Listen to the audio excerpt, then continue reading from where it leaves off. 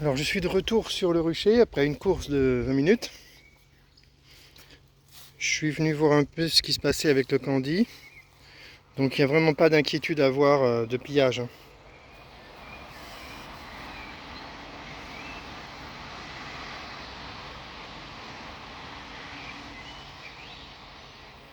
Donc on voit que depuis hier les abeilles n'ont même pas, ont à peine entamé la cuillère de sucre que j'avais mis sur la planche d'envol.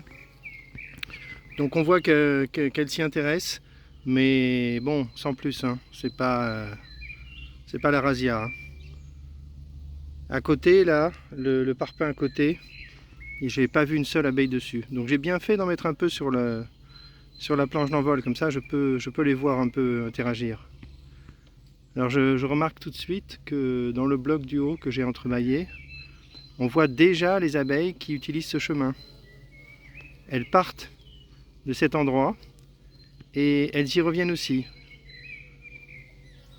Bon, elles continuent d'utiliser la planche d'envol, il n'y a pas de souci, c'est majoritaire même. Mais on voit qu'il y a des abeilles qui commencent à prendre le raccourci. Les abeilles, ça prend toujours le chemin le plus court, la ligne de moindre résistance. Donc c'est bien, ça bouge pas mal. Donc j'ai changé un peu mon plan depuis ce matin.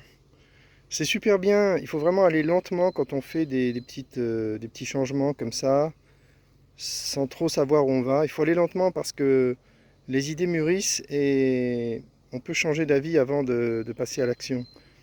Là, j'ai vraiment le but de diviser ces ruches. Je veux vraiment essayer les ruches minimales de la taille d'un bloc. Mais je vais le faire de façon plus astucieuse. Je vais attendre que la colonie se développe bien, qu'elle occupe les deux blocs. Et quand les deux blocs seront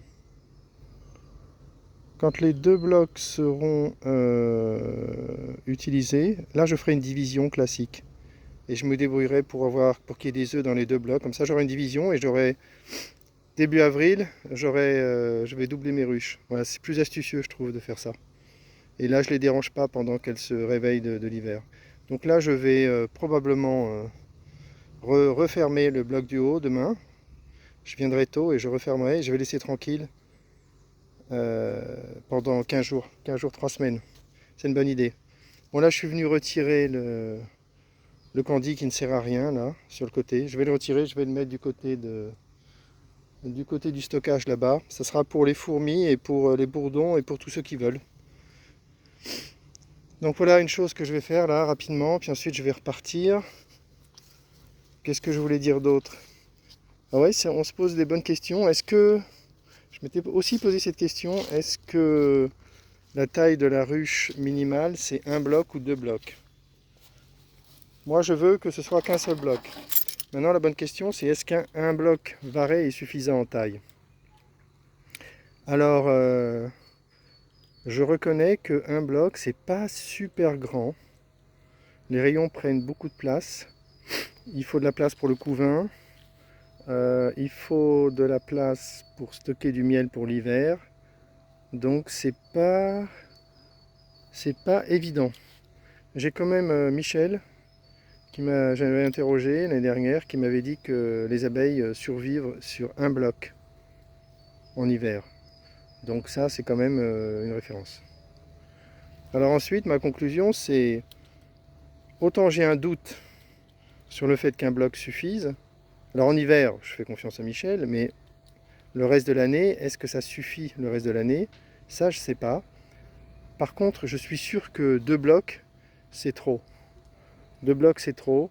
Je suis sûr que dans les arbres, souvent, des fois il y a énormément de place, c'est évident. Il y a des arbres très très creux, il y a toute la place qu'on veut. Mais souvent il n'y a pas du tout de blocs. Donc je dirais avec certitude que c'est entre 1 et 1,5. Mais moi mon souci, évidemment, hein, c'est hors de question que je construise mes blocs ou que je les fasse construire. Le but du projet, c'est de recréer un habitat pour les abeilles. Mais pas que moi. S'il n'y a que moi qui le fais, ça ne sert à rien. Il faut créer un modèle qui soit reproductible par n'importe qui, y compris des gens qui n'ont jamais été apiculteurs. C'est ça le but. Donc il faut des méthodes ultra simples. Là, des blocs varés, ça s'achète facilement n'importe où. Il suffit d'un petit tutoriel et c'est parti. C'est ça le but, hein. Donc l'alternative, si un bloc varé n'est pas suffisant, ce serait de choisir un autre modèle de ruche. Il y en a tellement, ce ne serait pas étonnant qu'on trouve une taille qui soit intermédiaire entre 1 et 2 blocs varés. Alors les petites réflexions sur la ruche minimale qui va progresser. Donc je ne sais pas si je l'ai dit, tout à l'heure j'ai eu la visite de Robert qui habite depuis 30 ans dans le quartier et qui m'a un peu raconté l'histoire du quartier, l'histoire de ce terrain qui était ouvert à une époque, qui a été fermé, ça je le savais. Il m'a raconté l'histoire d'une maison qui est tout au bout, qui est une maison, grande maison bourgeoise, incroyable. Et donc, forcément, on ne se refait pas. Je lui ai demandé s'il avait un jardin, il m'a dit oui, je lui ai proposé de lui donner une ruche. Et il m'a dit que c'était bon, qu'il avait consulté son épouse et que c'était bon. Donc voilà un candidat de plus pour une ruche minimale. Alors les ruches minimales, je pense qu'on les mettra toujours par paire, hein. C'est-à-dire une ruche remplie et puis pas trop loin, une ruche vide qui servirait de ruche piège si on a de la chance. Donc voilà un petit commentaire rapide. Là, je fais juste l'aller-retour, à la limite. C'était presque un prétexte pour faire ma course. Et puis bon, je vais reprendre les bonnes habitudes de venir prendre des bains d'abeilles régulièrement. Ça, je pense que c'est très bon pour la santé. Avant de partir, je vais retirer les parpaings, je vais les mettre par la gauche. Puis je regarderai si les fourmis sont venues se nourrir, ce qui me paraîtrait pas étonnant. Faut pas que j'oublie demain de revenir avec un petit boost d'acide pour le mettre dans la ruche. Je serais curieux aussi quand même de décoller les blocs. Un jour où il fait bien beau, je viendrai décoller les blocs pour voir un peu comment c'est à l'intérieur du second bloc. Par curiosité, j'ai envie de faire ça. Bon, après c'est du bavardage, hein. Après je pense que j'ai pas grand chose d'autre à dire. Si, une nouvelle super bien. J'ai reçu les liens et les élastiques pour tenir les boîtes de capture. Donc là, vraiment, il manque que les boîtes de capture. Donc on va être dans le timing parfait. On avait promis d'envoyer les tentes en avril et on va être bon, quoi. Et même on pensait le faire un peu avant. Je pense il se pourrait bien qu'on commence à expédier des tentes la semaine prochaine. Ce serait super génial. Par contre, ça va nous faire du boulot, hein. Et surtout, un point stratégique, c'est qu'il faut qu'on envoie des échantillons aux boutiques pour les encourager à passer des commandes. On en a déjà 3 ou 4 qui nous relancent, en fait. Les super pros, ils nous relancent.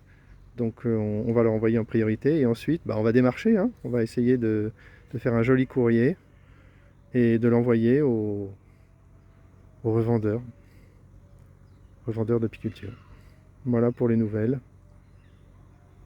Je crois que c'est tout. Allez, petite vidéo de cette ruche rapidos. Elle est calme, elle est plus calme celle-là. Cette ruche est plus calme, hein, dans l'ensemble que les autres.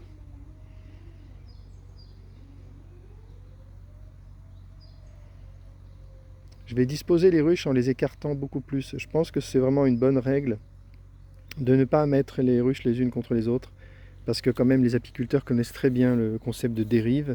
Ils n'ont pas l'air d'en tenir compte, en fait. On voit très souvent des bancs avec des ruches qui sont collées les unes contre les autres, hein. Donc c'est pas super malin, hein. Donc là maintenant je vais être sérieux sur tout et sur ça aussi. Les ruches, je vais les écarter comme ça, de 2-3 mètres minimum. Ouais, un grand jardin, là en plus sous les arbres, j'ai gagné l'espace sous les arbres, là c'est bien ça. Donc ça fera joli. Bon allez, j'arrête de bavarder, fin de la vidéo.